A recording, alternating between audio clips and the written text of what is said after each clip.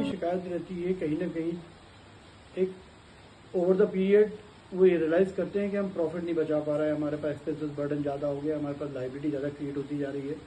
तो ये भी एक बेसिक रीज़न है कि जो हमारे बिजनेस को कहीं ना कहीं डेंट करता है, राइट। अब हमें क्या देखने की बात है इसके अंदर, हमें ये देखने की बात है कि ऐसा क्यों हो रहा है, और ये हमें पहले दिन से ही देखना है। भाई इनिशियल स्टेज में आपने एस्टेब्लिश कर लिया कि इस तरीके का हाईली कंज्यूमर आइटम का बिजनेस जिसमें डेली आपकी चीज़ें बिक रही हैं, राइट। अब आपके पास कैश आ रहा है, इधर आपने जो रॉ मटेरियल है वो उधारी में लेना शुरू किया हुआ है, राइट। अब आप सेल कर रहे हो, जो भी आपने मेन्यू डिसाइड किया है, जो भी आपने रेट लिस्ट डिसाइड किया, और रेट लिस्ट के हिसाब से आप सेल कर रहे हो डेली, और इधर आपका प्रोडक्शन हो रहा है। अब ये हम किसी भी चीज़ में ले सकते हैं, कोई ऐसा आइटम जो डेली यूजेबल आइटम हो लेकिन उसका प्रोडक्शन हो रहा है, या तो फूड हो सकता है, और या फिर हम डेली जो चीज़ें रोज़मर्रा की इस्तेमाल करते हैं, राइट, जैसे डिटर्जेंट हो गया, सोप हो गया, राइट। हमारे घर में ये चीज़ें लगती ही रहती हैं रेगुलरली, या हम फूड पैकेट्स बना के बेच रहे हैं, राइट। तो इस तरह की हाईली कंज्यूमर चीज़ें, तो ये नहीं तो वो लेता, वो नहीं तो वो लेता, तो वो चलता रहता है। अब इसमें जब हम कोई चीज़ को, हमारा फोकस जो हो जाता है उस समय पे उस चीज़ को बनाना और उस चीज़ को बेचना, राइट। अब सवाल ये होता है कि इसका एनालिसिस होना बहुत इंपॉर्टेंट है इस केस के अंदर। वो पहला केस मैंने आपको बताया, ये दूसरा केस। इस केस के अंदर एनालिसिस मतलब ये हो गया कि कॉस्ट ऑफ गुड्स सोल्ड, क्या आप कॉस्ट ऑफ गुड्स सोल्ड का एनालिसिस सही करना, राइट।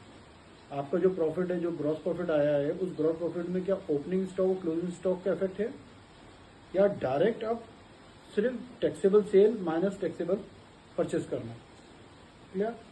अब सवाल ये होता है कि इसी के अंदर तो आपका मार्जिन छुपा है ना, जो आप परचेज कर रहे हो, जो आप सेल कर रहे हो। अब इस मार्जिन को एनालाइज करना भी इम्पोर्टेंट है, फिर आइटम वाइज एनालाइज करना भी इम्पोर्टेंट है कि किस आइटम में क्या हो रहा है, किसका टिकट साइज ज़्यादा है, किस में मार्जिन ज़्यादा है, कौन सी क्वांटिटी ज़्यादा बिक रही है, राइट। ऐसा तो नहीं कि जो क्वांटिटी ज़्यादा बिक रही है उसमें मार्जिन कम है, लेकिन जो क्वांटिटी कम बिक रही है उसमें मार्जिन ज़्यादा है। तो जब मैं मार्जिन टू मार्जिन कंपैरिजन करूँगा तो मुझे ऐसा लगेगा यार मैं ये 20 आइटम बेच के जब 50,000 रुपये कमा रहा हूँ, राइट, तो मैं 100 आइटम बेच के 50 रुपये क्यों कमाऊँ। तो ऐसे सवाल जब आते हैं जब हम इसको डीप एनालिसिस करते हैं, और ये मेरी वर्किंग का एक पार्ट रहा है। उसी बेसिस पे हम लोग डिसीजन मेकिंग करते हैं। इसके डिफरेंट फॉर्मेट्स हैं, इसके डिफरेंट रीजनिंग्स हैं, राइट।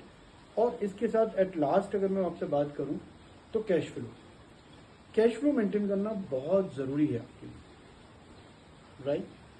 फिर हम कैश फ्लो को इन द कंटेस्ट ऑफ अपनी एसेट लाइबिलिटी की पोजीशन से देखते हैं। तो ये एक पूरा सिनेरियो है एक बिजनेस के प्रॉफिट को एनालाइज करने का, कि मेरा प्रॉफिट कहाँ है, कहाँ नहीं है, मैं कॉर्पस क्रिएट क्यों नहीं कर पा रहा हूँ।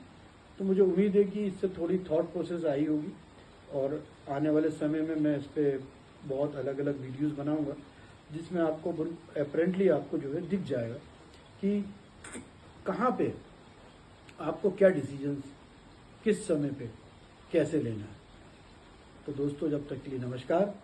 इसमें भी